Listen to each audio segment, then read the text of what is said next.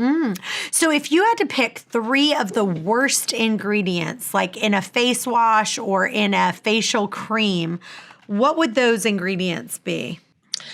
So my first answer is probably going to surprise you, but my number one toxic ingredient that does nothing for your skin and does nothing for your health in skincare is water.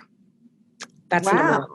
And if I told you there was just one ingredient you need to get rid of because the rest kind of follow along with that, I would say ditch the water in your skincare and you will probably ultimately gain 10 years in your skin. You will ultimately.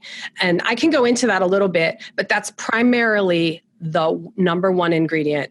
The other ingredients follow along as fragrance. Fragrance is in a lot of products, including not just facial products, but body care products, deodorant, full of neurotoxins, cancer-causing ingredients, endocrine disruptors. They are allergens. They can cause acne. They can cause skin conditions, and they're dehydrating your skin, which is going to advance your age or advance the look of your age instead of helping you look younger.